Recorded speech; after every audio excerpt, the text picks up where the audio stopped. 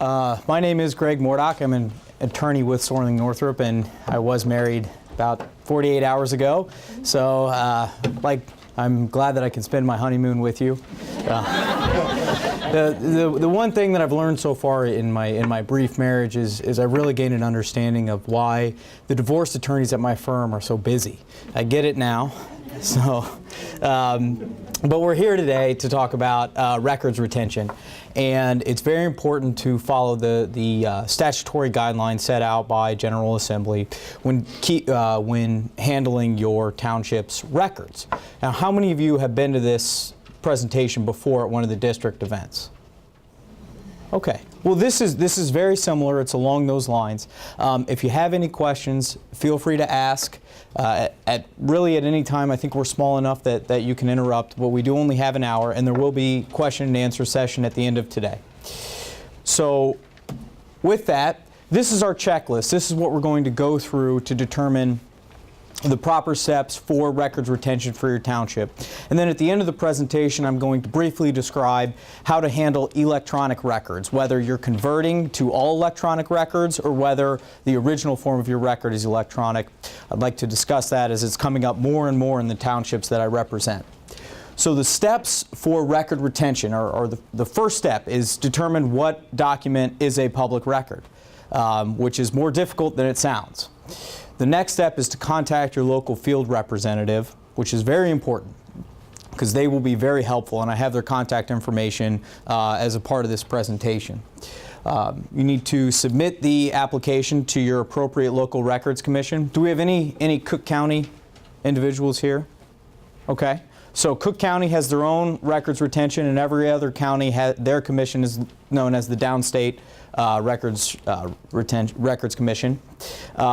They will review your application, and then you will have a records retention schedule, which will guide you in your process of retaining those records. When you're ready to dispose of records, you're going to need to submit a disposal certificate, and then you are finally allowed to destroy the record. How many of you have record retention policies in place right now? And how many of you think that your policy needs a bit of updating? Maybe it's very old. So we will go over how to amend your policy as well. But the first step is determining whether the documents are public records. So what is a public record? Well, this is the legal definition of a public record, and it's pretty much the General Assembly of Illinois' attempt at defining everything. Books, papers, really anything in whatever medium, as long as it pertains to governmental business, can be deemed a public record. Physical form does not matter. If it's made or produced or exists with the agency and is a part of public business, it's a public record. That means emails, that means, books, certain notes, and they need to be preserved according to statute. Again, books, paper, magazines, photographs, diagrams, electronic material, all of these can be considered public records. And so it's very important every time your township has a document, has an email, has a Facebook post or tweet, as a clerk, you need to be thinking, is this a public record? Is this about township government? Do I need to retain this, and where does it fall in my retention schedule? Certain documents are excluded from public record. Those are mainly library and museum materials or copies. You only need to keep the original. You don't need to keep every document you produce as long as you maintain the original. And then publications and process documents you also do not need to retain. So it really depends on what is in the information. And I think we can, I used to have a joke about this back in March, and I thought it would be moot now, but Hillary Clinton's emails remind me of this, because whether or not she did anything wrong, people are saying we need to see what's in the email. And as a township, you need to be worried and you need to be concerned about the same thing happening. What was in your emails or your tweets? Were they, and if a FOIA request comes through, you need to make sure that you have retained those appropriately and disposed of them appropriately. A good example of courts trying to wrestle with what a public record is and kind of how you should be thinking comes out of Champaign. And there it was a city meeting, and the couple aldermen were texting and were talking about dinner, but the text turned to the meeting and some of the business that was transacting there. And an individual sent a FOIA request for those text messages. The city of Champaign says, no, these are on personal cell phones. They are they're not public business, and they're not a public record. The court disagreed. Court decided that even though it was on a private cell phone between just two government officials, the text was regarding what was going on at the meeting. Therefore, they were public records, and they had to be turned over for a FOIA request, but they also would then fall under the Records Retention Act, and they would be public records, and you need to retain them in accordance with your schedule. So anytime you come across a document, really be thinking, is this a public record? Is this about business? And if it is, don't destroy the original. What you should do, if you don't have a records retention policy, or if yours is old, you need to contact your local field representative. And this is the website that will bring you to your field representative, because there are 7 in the state of Illinois, and they all have a vast territory. But when you go to this website, it will bring up a map of Illinois, a color-coded map, and you find your county, and there will be a corresponding individual assigned to that county. And that map looks like this. And so it's broken down so you can, this is on the Illinois Records Retention website at the Department of Archives.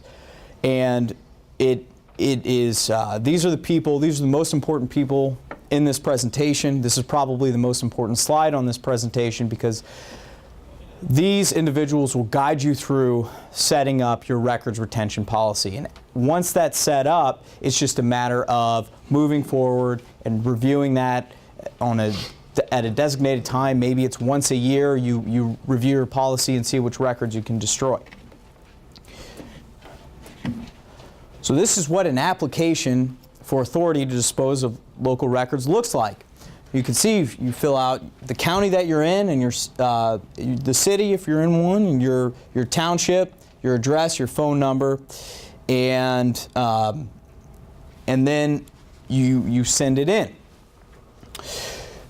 This part will be filled out by your local field representative, and this is really what's in the application. And what they say is, for example, if 102 is administrative files, your local field representative will go through all your boxes. They will come out to your township, and they will actually go through and look through all your records and decide what falls under this category.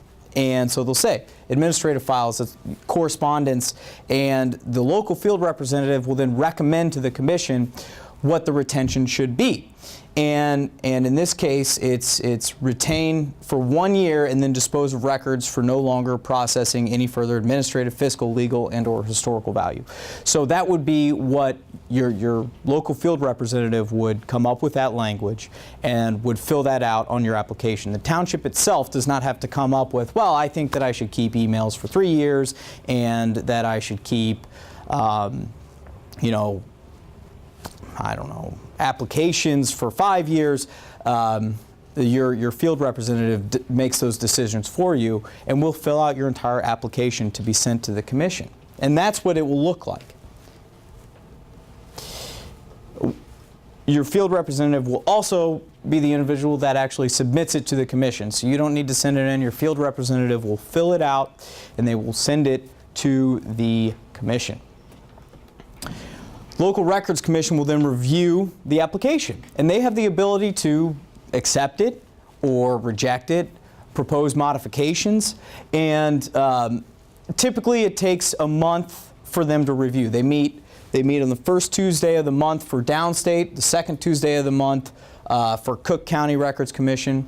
The Cook County meets in Chicago, and it's live broadcast in Springfield. The Downstate Records Commission meets in Springfield. These are open meetings, so you can go if you want, or you can watch them.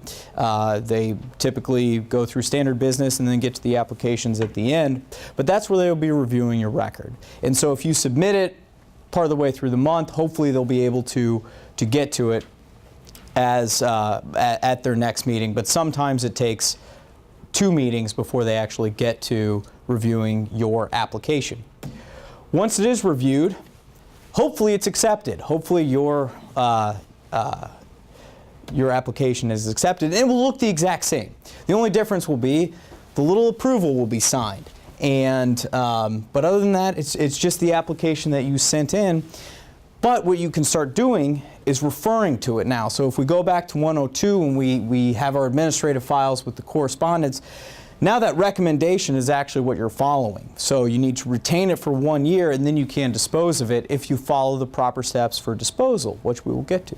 So it's actually very, very convenient. Once you get it back, it's just quick. You look. I recommend once a year, if you go through and you go through each of your files and you determine which ones you want to keep and which ones you can destroy. And then I like to have a big bonfire because you're allowed to destroy them by burning, and I always like the image of a big bonfire, and you throw all your boxes on it, poof, up it goes, and you've followed your retention schedule.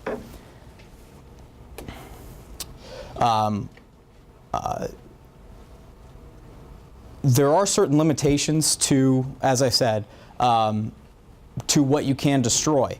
So the time period, so if you think back to 102, those correspondence, you need to wait 1 year. Another thing that can't be going on is there can't be no anticipated litigation regarding those files. So say you've been embezzling money for years and you have all your receipts, and you're thinking, all right, I just need to wait 10 more days and then I can burn everything and really avoid the Department of Revenue coming in and auditing me, even though I've got a letter from them saying they're going to audit me. You can't put those receipts in the bonfire. You have to keep them out. There's no loophole there. And then you also need to submit a disposal certificate. And it's 30 days. The law changed in February, and all of the documents you're going to see on here are not updated. They will say that you need to turn in your disposal certificate 60 days in advance, but it's not. It's 30 days. They just have not been updated online yet. But the law changed and went into effect in February. And the disposal certificate, when it's blank, looks like this, and you're going to fill it out. So you have your application number and your county and your address, your contact information, your email, and then you're going to put what you're destroying. So your application item number, so say it's been a year and we're on your correspondences, you're going to put 102, and you're going to say administrative files and what dates you're destroying and how much you're destroying. And then you're going to need to certify it down in the bottom, but we're going to get to this little section. This is regarding electronic records. So we'll get to that a little later. Filled out, you can see there is a lot on here. But really, what you're doing is you're taking straight off your application, which becomes your retention schedule. You're just taking the lines right off there and filling across this line. And the purpose of this is to let the commission know what you're destroying. Because you might have 10 years, you might wait 10 years to destroy certain records, and you need to put the commission on notice 10 years down the road, hey, we're planning on destroying this. And it gives the commission a chance to come in and say, wait a minute, policy's changed, and we would like you to retain these now for 20 years. Or, wait a minute, just hold off. Now that rarely happens, but they like to be on notice before you destroy these certificates. Another good part of the records disposal certificate is when you send it in, it covers yourself. Because then when you have a problem citizen or somebody who's always FOIAing and always questioning and saying, well, did you have approval to destroy these records after their 8th FOIA request that month, and you say, I'm sorry, I destroyed my receipts from 1972, and they say, well, I don't think you did it right. If you have this disposal certificate, you're covered, and it really helps those anybody getting on their blog and saying that you were in violation of Illinois law because you couldn't provide a disposal certificate. You can, and these are public records too, so you can't destroy these without proper permission. Finally, you get to destroy the record. You can shred it. You can use cross cutters for multimedia. You can burn it. That's legal. Well, depending on the burning laws in your county, but hopefully it's legal. And you can just set up a big bonfire, throw all your boxes on it, burn it. And there are minimum and maximum requirements for shredding. So I believe it's 3/8 of an inch if you're shredding paper. So you can't just rip it in half. You actually need to use a shredder. And then if you need to amend, it's the same process.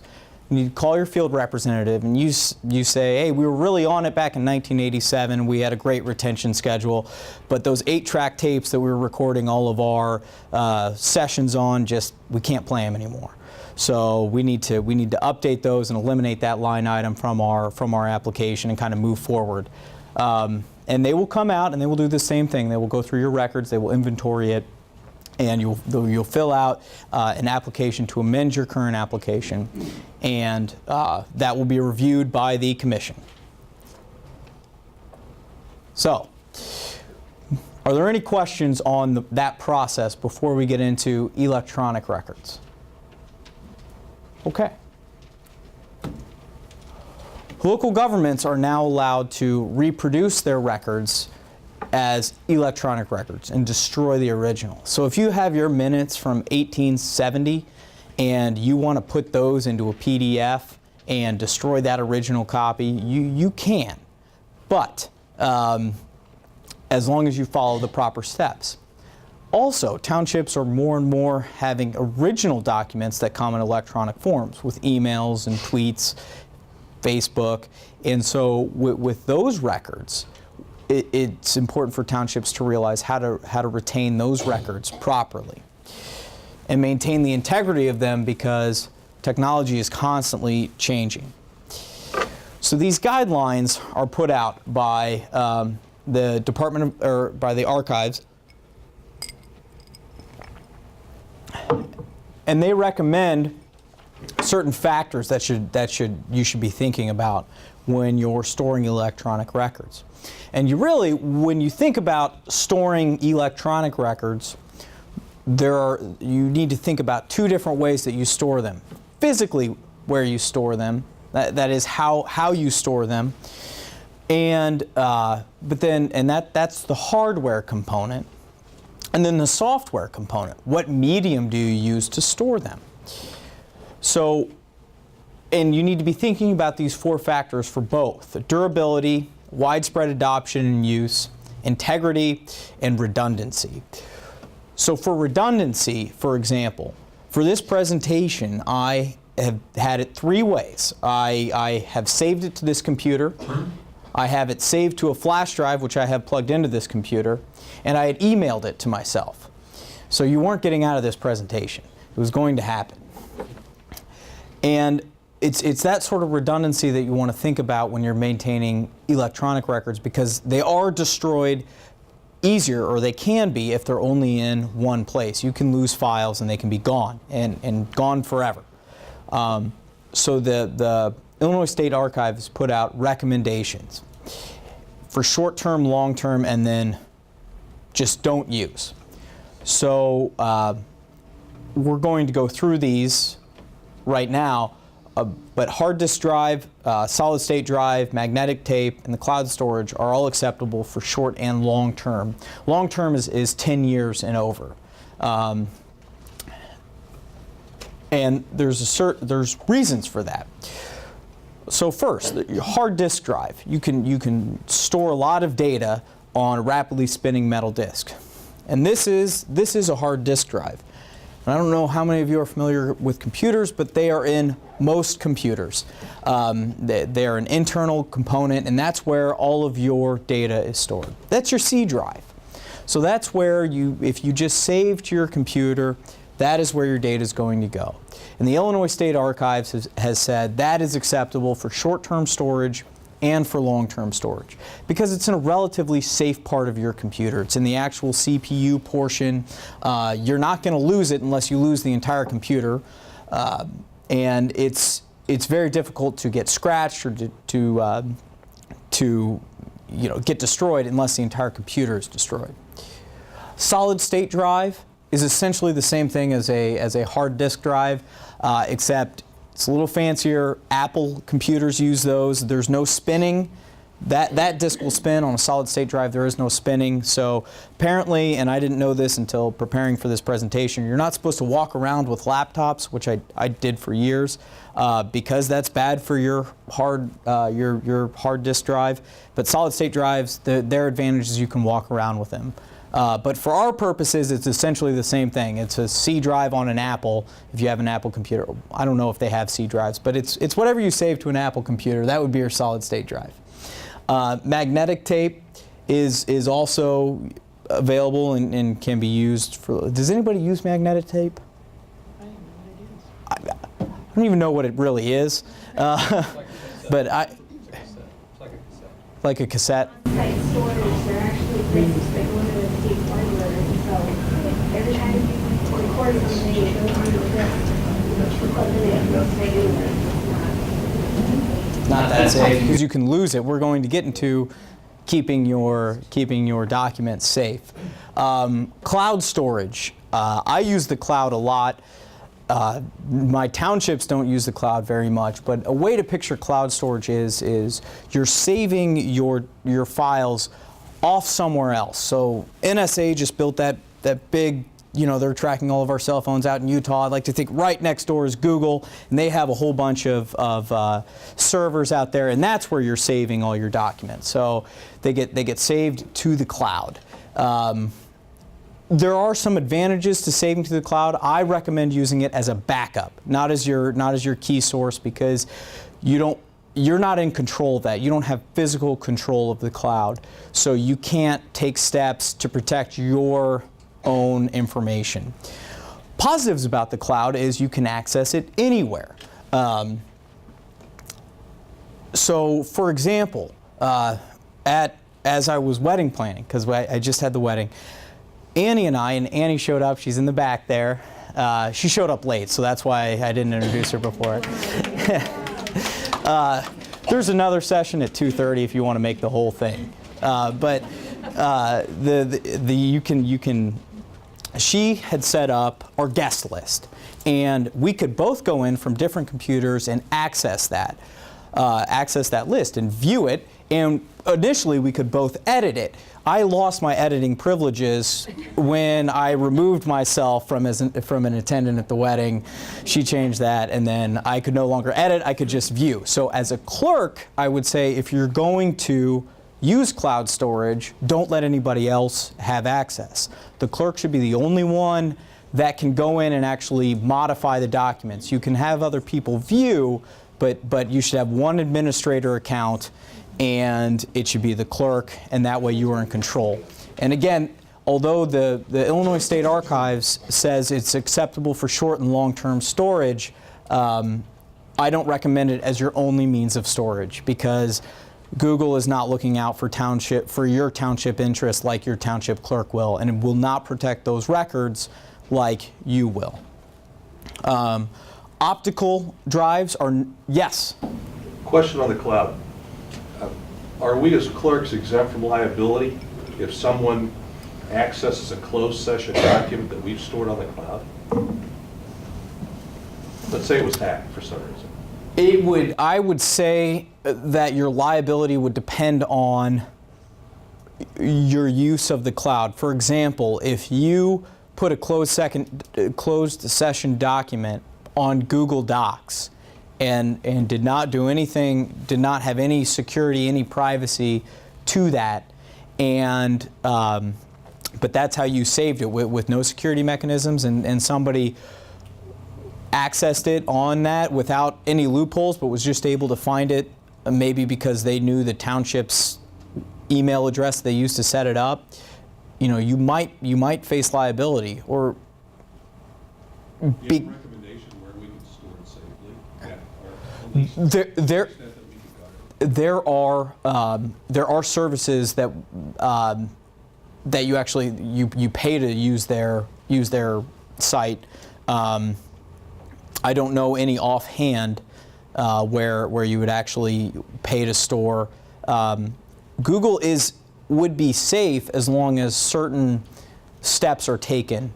For example, the administrator access, you keep everything private, and then I would let your clerk be the only one that can access it, unless you have somebody that really understands technology in your township who would be able to set up the clerk and then have viewing access, but not modification access for others, for your trustees. That's what I would recommend. But again, when you're saving things to the internet, you really have to be careful, because people can get in there and you can't protect it. It's much easier to protect your physical records. You keep your minutes in a locked room in the township office, and you're just worried about losing the key. Yes. Could look locally to see if there's any companies around you. Like, for instance, our township has a local company that actually has off-site storage, where we have a small workstation server in our actual office that's backed up to the servers off-site. So That's a great. Where's your township? it's in East Peoria. Okay. It's on the and I mean, we pay a small fee to be sure that our records aren't going anywhere. Yeah. And we back it up every single day. See, that is a great way to protect your township, and yeah. USBs, just moving on. Well, optical is your CD, DVD, Blu-ray discs. Those cannot be used for long-term storage. DVDs get scratched, CDs get scratched. They lose their integrity over time if you leave them out in the sun or something like along those lines. You can easily lose the information stored on those types of drives. Not to mention, they're losing their widespread usage. I went out to help my little sister buy a laptop not too long ago. I could not find a laptop with a CD drive included with it. And I just got a new computer, a new desktop, and it doesn't have a CD drive included with it. So you can buy the attachment, and you can use that. But I think it's showing that people are shifting away from CDs and DVDs, just like kind of happened with cassette tapes. USBs, which I use all the time to move data, those are advised that you don't use those, because they're small. They're very small. I've got mine right here, and you can lose them. I go through a bunch of those just because I do lose them. They're also easily stolen. If you have all of your township's information on one of those, it's very easy for somebody to just put it in their palm and walk away and have all those documents. So I haven't had a problem with using them, but they can get broken, and just I believe it's their size, if nothing else, that makes the Illinois State Archive say don't use these as your primary source. And then obsolete media, floppy disks, any sort of media that's no longer there, don't be using those to save. Basically, the hard drive on your computer is the best place, safest place? I would say for your original, it would be that if it's backed up. Always have a second source, because you don't want to lose those. And depending on your computer, if your computer's really old, if you're still running Microsoft DOS or something like that, then I wouldn't say that. But my personal recommendation is save it to your C drive, have it backed up off-site using the cloud.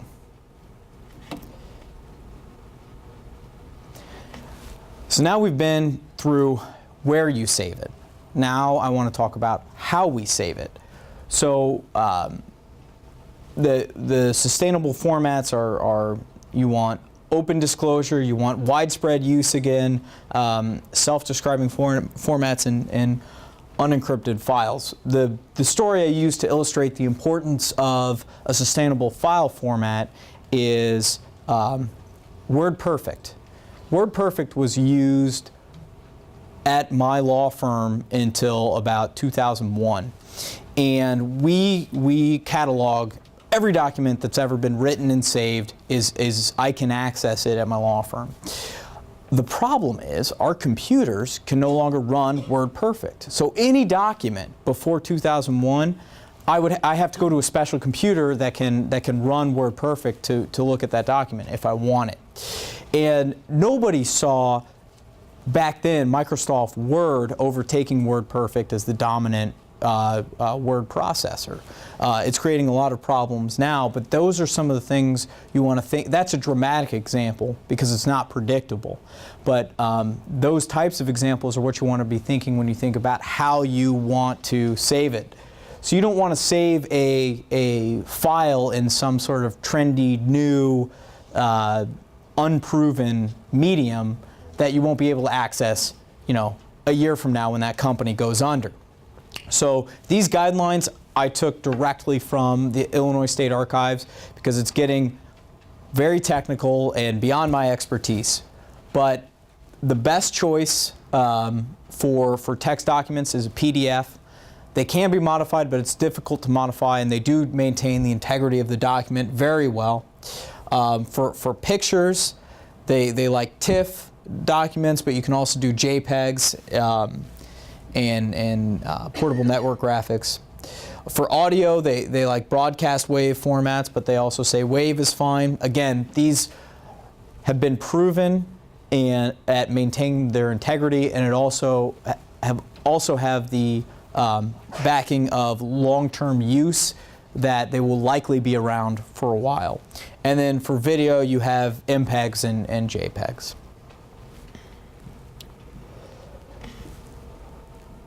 So any record that was an original record, when you make it into an electronic format, you then have two original records that you have to ask to, if you're going to maintain the electronic one as an original, you have to ask permission to destroy the paper copy. And then, a couple years, if it's one of those, say, correspondence line 102 that you had to keep for a year, what you would do is, during your transition phase, you would scan your correspondence and ask to destroy that original paper letter that you got, wait a year, and then ask to destroy the PDF version that you had. Have any of you gone to completely electronic file saving? I had one person in this that had gone completely electronic, converted everything over. So like I said, you need to file a disposal certificate when you destroy the original paper copy, and then again when you destroy the electronic copy. The disposal certificate, what you're going to do if you decide, yes? Question for you. So, in going through this exercise of destroying the electronic copy a year later, when you set the certificate to do so, do you also have to then notify each of those departments who too may have an electronic form of that same document, so that you don't have multiple copies? Because, in government, everyone wants to hold on to a copy of whatever their document is. Right.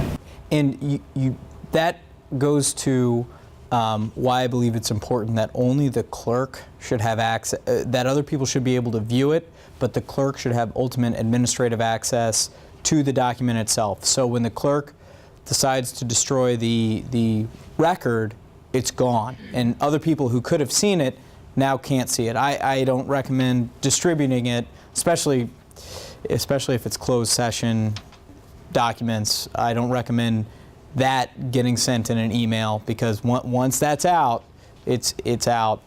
we actually had a confidential document in one of my clients that sent an email and then with a confidential document into it. That got sent to another person, and that got sent out. And within 2.5 days, it was on that local government's the concerned citizens for that local government on their web or on their Facebook page, and anybody could access that. That was a fun weekend, wasn't it, Annie? It was very busy trying to reel that back in, and there had to be an investigation into how it got out. So that's why it's very important for. I like to let the clerks do their thing. Let the clerks have total control of the document. Well, Greg, doesn't there at least have to be one other person besides the clerk, though, should something happen to the clerk? You can have access to that? There, if the clerk is the only one with access, the way to do that is password protected. It would be password protected. The clerk should let somebody else know the password as a backup. I don't know how many of you have deputy clerks, but that's typically who I would recommend entrusting if you have one, or somebody that's trusted. And then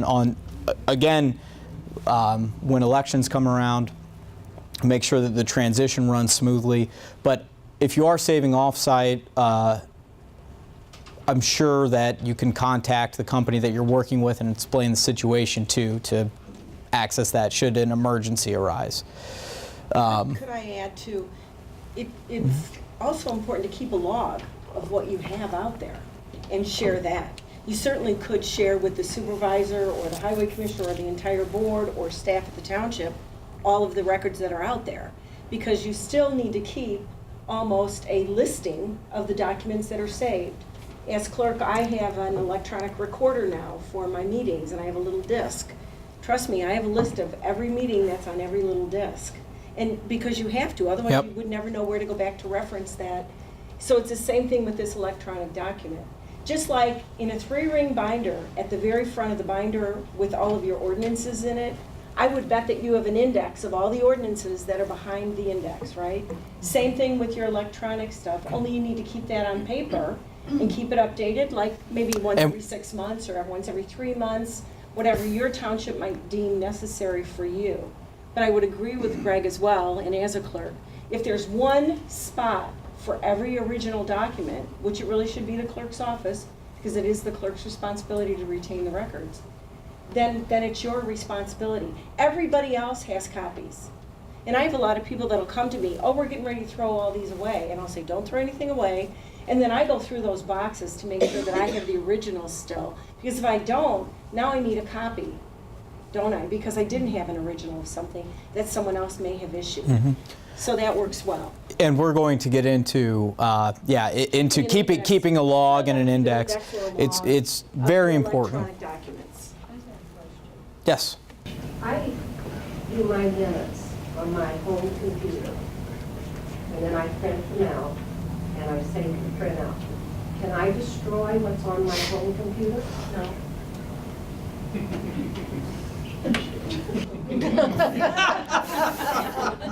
I would say that Could those anything guys destroy those texts? what I would argue for her, because she printed them out, I would say anything that she did on her computer is a preliminary draft and is not considered a public record. You could always save that to a little stick.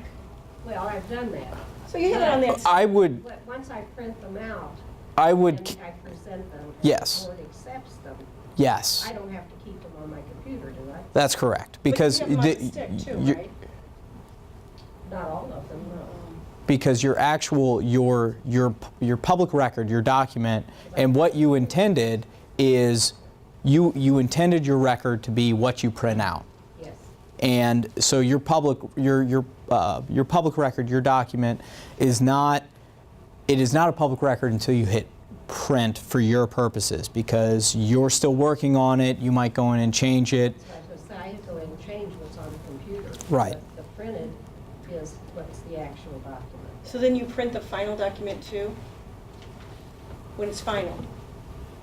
I print it out before the board meeting, yes. Okay. And that's the final document. So she's not saving that as a draft. She's not calling that a draft. She's calling it a final document.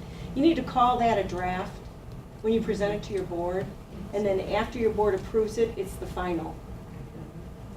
So just out of practical purposes. Okay, I understand Yeah. that, but I'm asking about all of this on my computer. No, because that would be the same as, say you were working on your minutes and you know, got halfway done and maybe the dog needs to go out, so you save it, you close it, you'll come back to it the next day. That's not a public record, so you can go back in, you can continue to add to it, and then but once you print it, because that essentially what you're doing is it's more convenient than just handwriting it. So if you are converting now, just getting back to your disposal certificate, say you were scanning a correspondence and then you want to destroy the original. That's when you sign down here. And what this says is, essentially what this says is, I'm destroying this original document, however I've replicated it and I'm saving an original form of it, an original electronic form of it, until my records retention schedule allows for me to destroy this. And this will go off to the commission. And this might be where you get, where the commission says, well, wait a minute, don't destroy that record yet. How did you save it? What did you do? So this might be where they take a little closer look at the disposal certificate. Again, if you need anything that you need permanent retention of, needs to be approved by the Illinois State Archives, and that's hard disk drive, solid state drive, magnetic tape, and cloud storage. Now, for actually storing the records, it's very important, as Beth Ann was saying, that you stay organized, because you need timely responses to FOIA requests. Illinois is pretty dramatic with a 5-day turnaround. There was no, when I worked at the Ohio Innocence Project, FOIA requests didn't have that turnaround, and some government agencies took a couple months to get back to us on FOIA requests. So 5 days, in my opinion, is a very quick turnaround, and you need to be organized once that comes in to get it out. You want to be sure that you're answering the FOIA requests with all the documents that you have. You don't want to miss a box full of responsive documents. And then you also want to maintain the integrity of the files. You don't want them destroyed because they weren't stored properly. So the ideal temperature, and again, this is what you just want to shoot for, is 64 degrees, 40% humidity. That's recommended because that will help keep paper documents, maintain the integrity of paper documents. Really, that's not practical, especially in Illinois. What I like to say is try to avoid major swings in temperature. Just keep the temperature and humidity constant if possible. Blueprints are special. Try to lay them flat. They will fade very rapidly if exposed to light. So try to keep them in large drawers if you have them, because they're easily destroyed. Labeling is very important. I think boxes and all folders should be labeled, and I recommend just taking it straight from your application and your retention schedule. If you use that as kind of the framework for saving these documents, you can have the dates, and then maybe here you would put 102, and you'd have that it's correspondence, and that you have to maintain them for a year. And then you have a disposal date, and if it's all organized, your fire would get going really quickly, because you just go on you say, okay, these 3 boxes need to go because it's time to go. You could see it right on the outside of the box. Boom, you're done. Also, keep a manifest, keep a log, just a small binder in the clerk's office that has a summary of all the labels that you have organized. Again, I would organize them by your retention schedule, just so you have a master log of everything that of everything that you have stored, because it's very important. You don't want to lose that. An ideal box will hold 1 cubic foot. It's a typical banker's box, 15 by 12 by 10. That's what the state recommends to use. I'm sure you've all seen those. Finally, confidential records. Really be careful. I would password, and we got into this a lot with some very good questions, but I would password protect your records. Take very minimal steps. Use firewalls and anti-spyware. And then off-site storage. I'm a big proponent of backing up off-site just to make sure that there are no breaches of the security of your township. So, with that being said, are there any questions before I let you go? Yes. Hypothetically, let's say you've recently done an inventory of some records that are supposed to be permanent, and some are missing. What do you recommend for a township?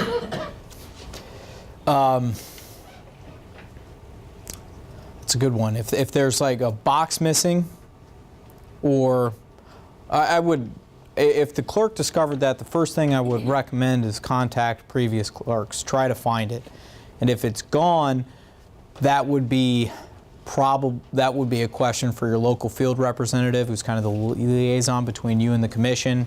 And then, depending on what they say, my guess would be you probably need to notify the commission. But I don't know that, and I would go to your field representative first. Greg, did you talk about how they should keep that disposal information so that, in fact, if they do throw all those boxes in a fire and burn them all, shouldn't they write Yes. it down? Did you talk about Well, that? that they should keep the records disposal So if you have a certificates. shred company come out, they usually will give you this certificate that says when they were there, how many boxes they shred. And it's important to keep that, because if somebody comes back to you with a FOIA request and now you had permission already, you can deny the FOIA and say we don't have it and here's why.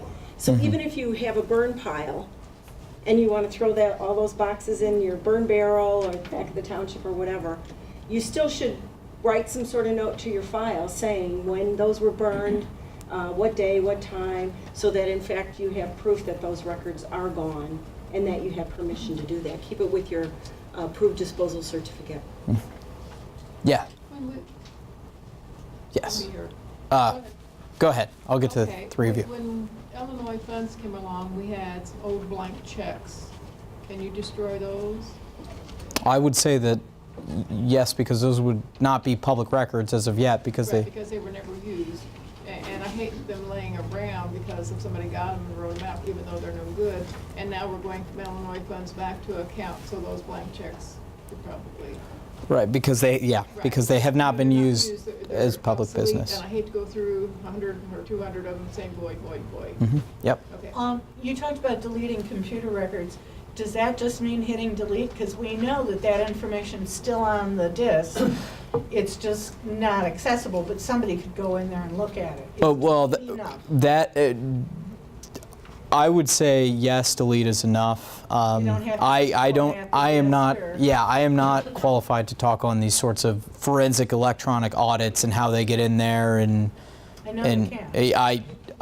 I do too, but for our purposes, delete. If you delete from your if your original is on your hard disk drive and you delete it, that's sufficient for township purposes. Yes. Oh, I had a question. How do I find a reputable shredding company? Is there a list of suggested? I have not come across a list. I would. Use your own shredder? Yeah, you can use your own, or if you want to use a company, I would maybe ask some people around here I who. may have quantity. Yeah. Okay. Mm-hmm. They're huge companies. On-site shredding.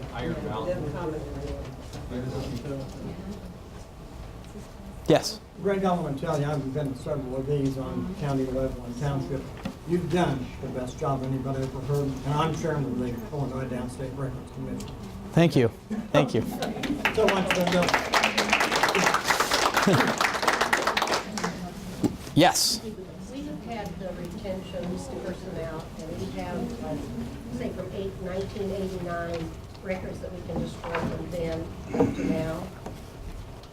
But we have a lot in the attic of our town hall that are way before 1989. Can we go ahead and destroy some of those? or- You know, I think you, well, say that again, I'm sorry. We have a lot in the attic of the town hall that have been there for years. Do they fall, do you have an app or a retention schedule? We have a lot, Or a retention schedule? yes, but it's just like from 1989 to the present. So then you can't, because the way the law works is you're not allowed to destroy any records until you get approval to destroy those records. And We don't even know what's up there. yeah, so contact your field representative, have them come out and say, you know, we have a retention schedule for these dates, but look at all these documents that we didn't have you go through last time, and then you'll get a retention schedule for those new documents.